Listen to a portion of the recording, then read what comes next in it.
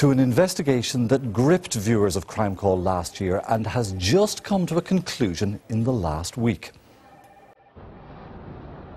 On the 3rd of April last year, a human skull was found in the nets of the Willie B, a trawler fishing off the coast of Wexford.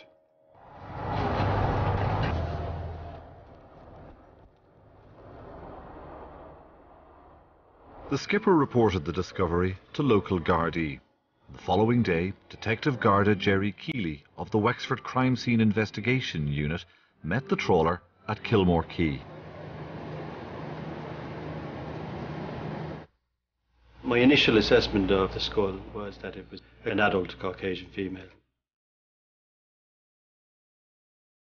2 days later, a post-mortem was carried out by the state pathologist. Jerry then took the skull to UCD for a process called maceration to be carried out. Maceration involves the removal of all soft tissue from the skull to prepare it for facial reconstruction.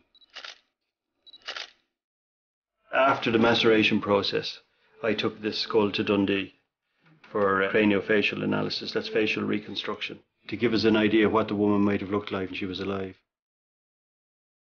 Once you have face to go on, you can distribute that throughout the country and internationally.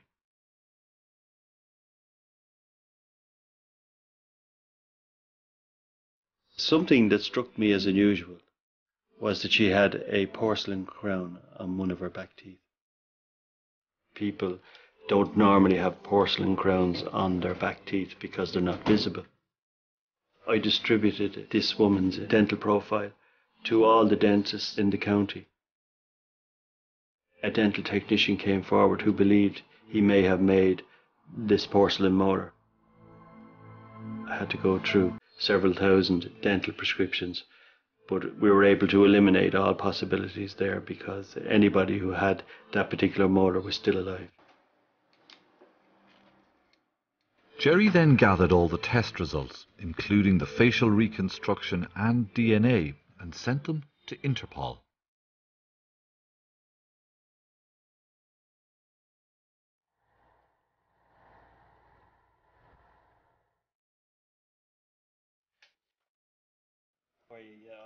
In September, I received an email from Interpol. They had nominated a possible candidate as a woman missing from Wales.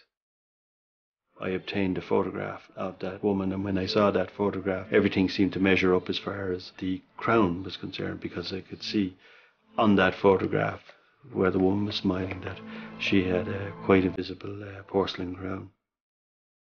Jerry returned to Dundee, where they superimposed the photo of the woman onto the reconstructed image. It was a match. I requested the DNA profile for that particular woman. Our own forensic science laboratory matched her profile with the profile that we'd taken from the tooth. The Welsh police sent a liaison officer out to her family to give them the news.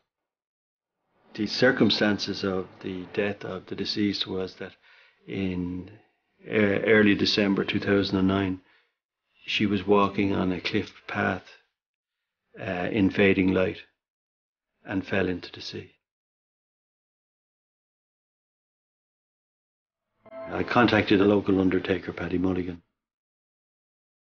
Paddy kindly donated a coffin so that we could put the remains in it to return them to the family.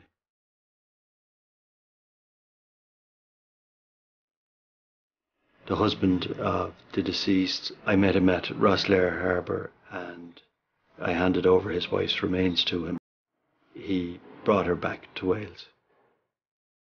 Since handing over the remains to the family, I've been in touch with them again, and they've expressed great relief that they now have a grave to visit and that she's home with them. That meeting in Rosslare happened just last week. A very sad situation, but a relief for the family, you'd have to imagine. Yes, very sad, but it certainly brings closure to a family that have been waiting for over a year and a half. There are many, many amazing aspects to this investigation. left them. First off, at the very outset, how do you distinguish, because there must be so many human remains around the country, how do you distinguish between what is of archaeological interest and what requires further investigation? Well, I suppose by our nature we approach all these things with a degree of suspicion, first and foremost, to establish what actually happened. We then rely on the experts. The state pathologist comes to our aid on many, many occasions, and we go through the post-mortem procedure, and that establishes a lot of facts for us and gives us a starting ground. Okay, but you do keep the pathologist busy, obviously. At this point, though, when you had DNA results and you knew that this was not an Irish person and this person did not appear on any missing lists in this country, you persisted with the investigation. Why? Well, there's always a family missing a loved one, and it's incumbent upon us to get to the bottom of it, to go as far as we can with these investigations.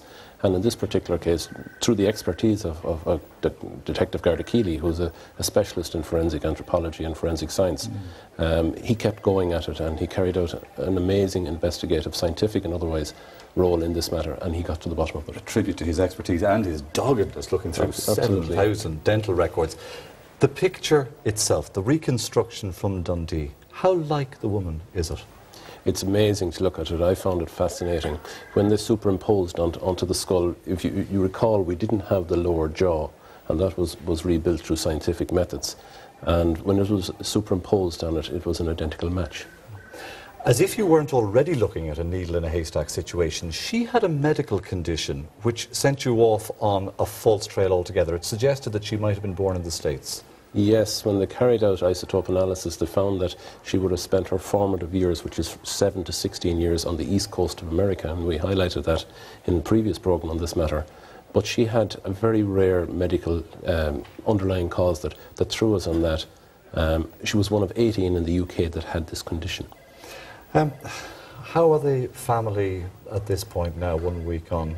Well, I suppose that I expect it took time to sink in what has actually happened or unfolded over the last few weeks, but the family have got closure. Her mother in particular, who probably expected this result, was looking out the window every day hoping that she'd come home. But they have got closure, and it must be satisfaction to them at this stage. And a tribute to you. Congratulations, well done, and particularly to Jerry Keeley as well. Absolutely.